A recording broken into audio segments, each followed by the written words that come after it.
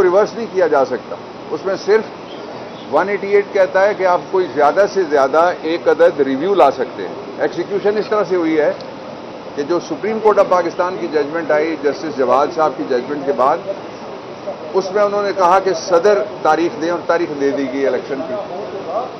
دوسرا جو کردار اس میں سب سے مشکوک کردار ہے، بڑی بدقسمتی کی بات ہے اور سب سے غیر آئینی کردار ہے، وہ الیکشن کمیشن کا ہے.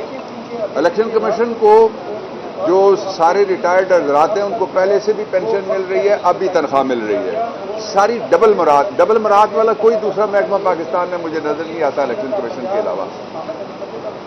اور اس ڈبل مراد کا نتیجہ کیا نکلا ہے؟ 218(3) یہ کہتا ہے کہ election commission fair, free, transparent. ایک ایک کر کے دیکھ لیں کیا یہ الیکشن کمیشن فیئر الیکشن کرا سکتا ہے؟ جس الیکشن کمیشن نے کل سپریم کورٹ میں یہ موقف اختیار کیا ہے کہ ایک طرف 13 پارٹیاں ہیں اور ایک طرف ایک پارٹی ہے، اس کا مطلب یہ ہے وہ 13 پارٹیاں کے ساتھ کھڑا ہے. فری کرا سکتا ہے.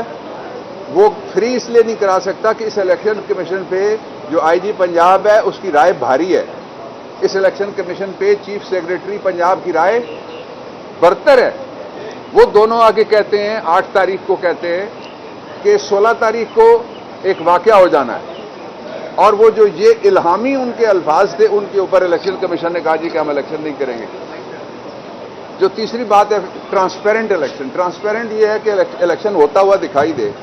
کل سارا زور الیکشن کمیشن نے یہ لگایا، وکیل خود نہیں بول رہا ہوتا، اس کی انسٹرکشنز بول رہی ہوتی ہیں. اور میں سمجھتا ہوں کہ یہ جو ہی ججمنٹ آئے گی، جو بھی ججمنٹ آتی ہے وہ سپریم کورٹ کا اپنا پریروگیٹو اور اختیار ہے. قوم کی تمنا تو یہ ہے کہ الیکشن ہو، میجورٹی کی تمنا یہ الیکشن ہو. سائلنس میجورٹی سارے سرویز کہتے ہیں 90% قریب لوگ کہ جب تک الیکشن نہیں ہوگا یہ جو غیر نمائندہ اسمبلی، غیر نمائندہ گورنمنٹ ہے، اس کے ذریعے سے کوئی مسئلہ حل نہیں ہونے جا رہا، مسائل بڑھیں گے. اور وہی ہو رہا ہے جو لوگ کہہ رہے ہیں.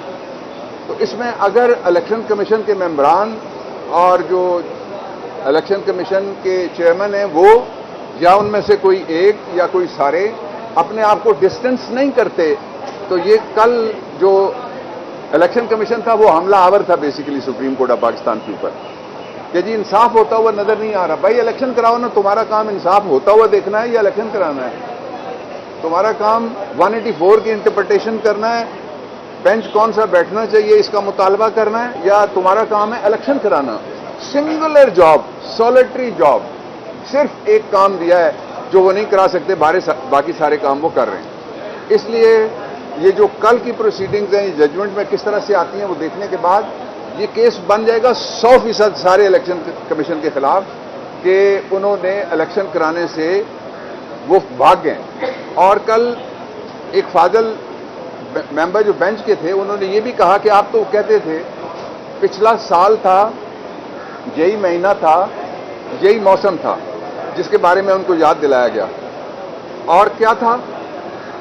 آپ کہہ رہے تھے 4 مہینے میں ہم الیکشن کرا دیں گے. 4 مہینے کے اوپر 4 اور ٹرپل سٹوری 4 مہینے ہو گئے، آپ کہتے ہیں ہم الیکشن نہیں کرا سکتے. تو پھر اس عرصے کی کیا آپ تنخواہیں لیں گے؟ اس عرصے کا جو پیٹرول ہے سینکڑوں ہزاروں لیٹر وہ کیا آپ لیں گے؟ اس عرصے میں کیا آپ سرکاری کوارٹر میں رہیں گے جو الیکشن ہی نہیں آپ کرا سکتے؟ آپ اس عرصے کے اپنے ٹیلی فون اپنی جیب سے ان کا بل دیں گے؟ اس عرصے کی بجلی آپ اپنے پاس سے دیں گے؟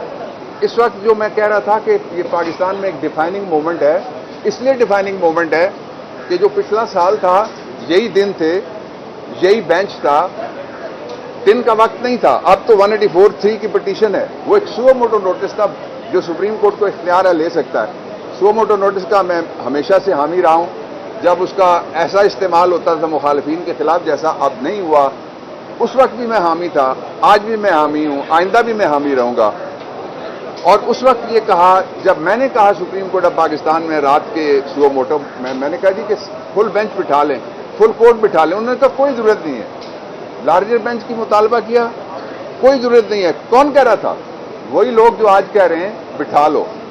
اور پھر دوسرا یہ ہے کہ پاکستان کا جو اس وقت کا موسم ہے، معاشی موسم، وہ لوگوں کے لیے قاتل موسم ہے، وہ لوگوں کے لیے موت کا موسم ہے، وہ لوگوں کے لیے غربت، بیماری، لاچاری، ناداری کا موسم ہے.